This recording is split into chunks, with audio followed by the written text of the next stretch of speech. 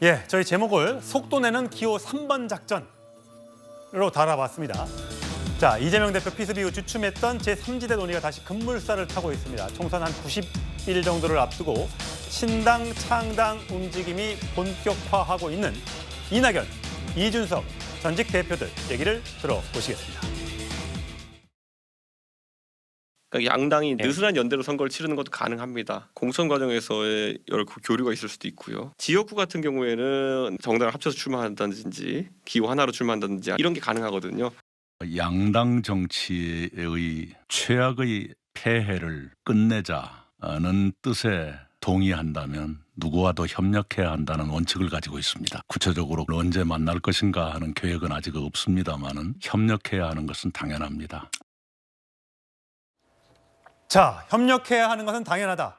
이낙연 전 대표가 곧 신당 창당에 나설 태비죠. 자, 이준석 전 대표는 이렇게 얘기했습니다. 느슨한 연대로 선거 치르는 것도 가능하다. 꼭 둘이 이준석 신당, 이낙연 신당 합쳐가지고 뭔가를 하는 것보다는 어디는 비례 내고 어디는 지역구 내고 이런 식으로 협력할 수 있지 않느냐라고 얘기를 했고요.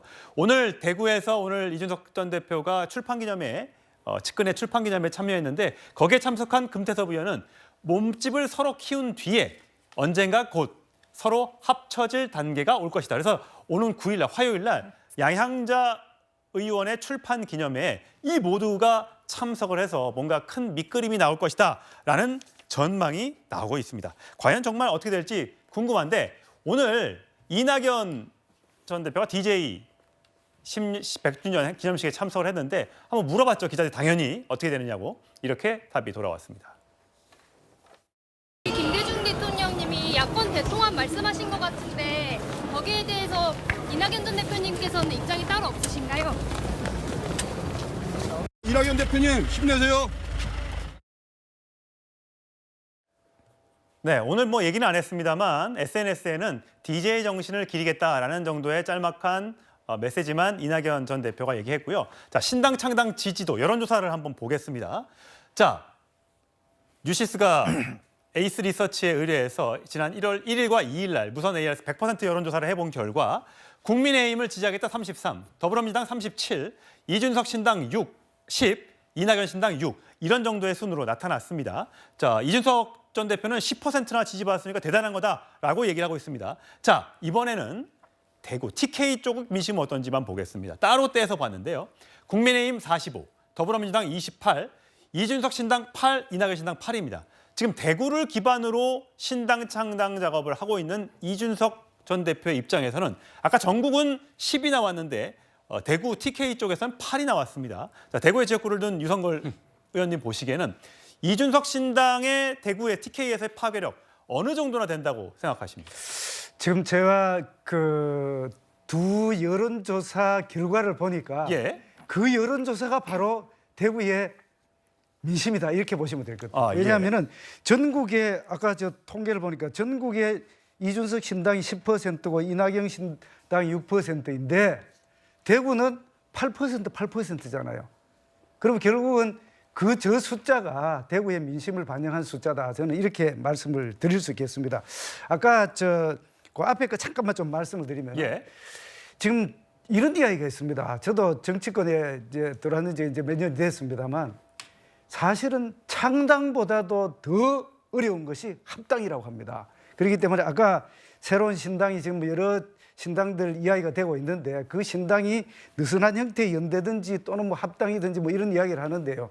사실은 이념과 철학과 기본 정치 방향이 다른 그 두 당이 선거를 직전에 나눠놓고 이합집산하는 이런 형태의 합당이나 또는 합종연행은 저는 바람직하지 않다고도 볼 뿐더러 이제까지 사실은 성공한 적도 없다는 그런 말씀을 좀 추가적으로 드립니다. 예. 자, 이준석 전 대표가 오늘 대구에서 온라인 이제 입당 지원서만 받는 게 아니라 실제로 오프라인에서 종이를 나눠주면서 입당을 받겠다고 행사를 했습니다. 그 장면을 저희가 준비해서 보고 오시죠.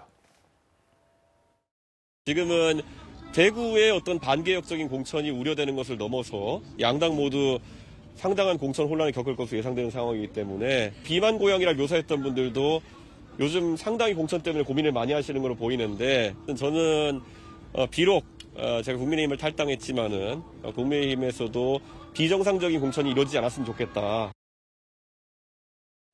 자, 지금 벌써 이 개혁신당의 당원 현황이 벌써 3만 명, 주말에는 4만 명을 넘을 거라고 하고요. 수도권에만 한 2만 명 정도의 당원이 모집됐다고 하면서 이준석 전 대표는 굉장히 고무적이라고 얘기를 하고 있습니다. 자, 장 변호사님 보시기에는 이 개혁신당 아까 조금 전에 얘기했던 것처럼 대구에서 나가겠다. 하지만 자기가 본인이 비만 고양이, 대구에 안주하고 있는 의원들 상태로 굉장히 독서를 많이 쏟아냈는데 공천 작업 안 되면 그분들도 함께 할 수 있다. 또 이렇게 얘기를 했어요. 그럴 수 있는 부분이 열려 있다라고 보여집니다. 일단 제 주변의 대구 분들께 여쭤보면요. 윤석열 정부에 대한 민심 위반도 상당합니다. 대구에서 국민의힘 깃발만 꽂으면 된다라고 안일하게 인식하는 국민의힘 집권 여당에 대한 반감도 상당한 상황입니다. 그렇다면 계속해서 이제 당을 뛰쳐나간 이준석 대표가 대구를 토대로 하겠다. 아까 여론조사 지표를 보더라도요. 전국 단위로 지표를 냈을 때보다는 떨어지긴 하지만 그렇게 유의미한 수치로 보이지 않습니다.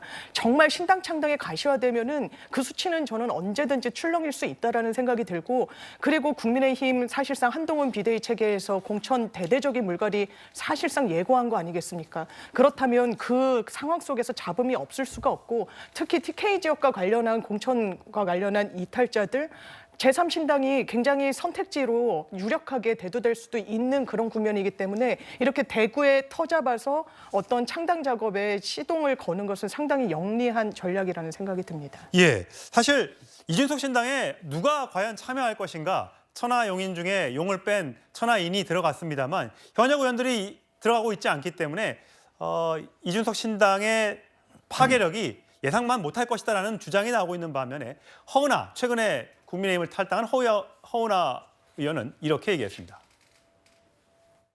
늦어지더라도 1월까지는 완료가 될 것 같고요. 흔들리는 분들이 많습니다. 중진에 계십니다. 국민의힘 입장뿐만 아니라 사실 뭐 민주당이나 다른 당에서도 예, 사실 그분들이 속도가 좀 더 빠른데 말씀으로 하신 분들은 10명은 넘습니다.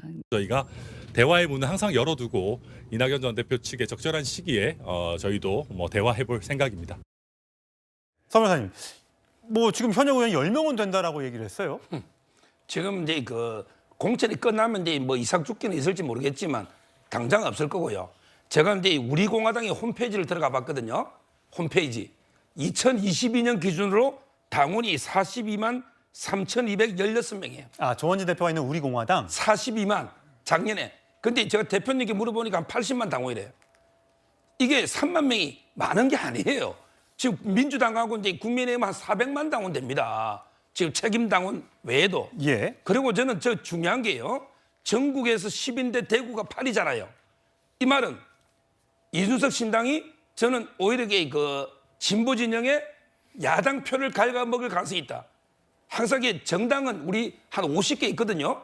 그중에 대통령을 보유한 정당, 이게 여당이에요. 나머지 다 야당이에요.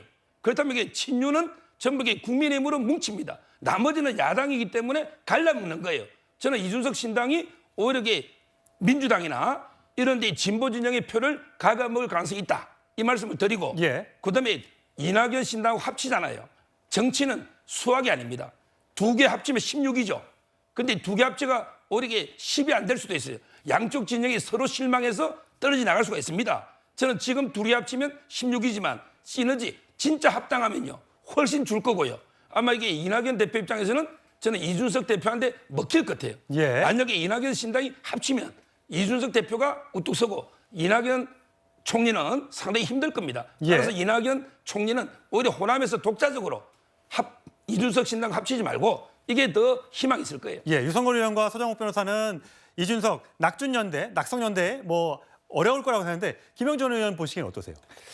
제가 보기에는 지금 이제 그 두 분만의 어떤 문제가 아니고 박은석 전 의원이나 정태근 전 의원이 있고 그동안에 빅텐트가 어제 오늘 준비된 게 아니거든요. 예. 이미 몇 개월 전부터 시동이 걸려왔던 것이고 그런 상태에서 저는 오히려 그야말로 총선 전에 20석의 그 단체가 될 수 있다고 봅니다.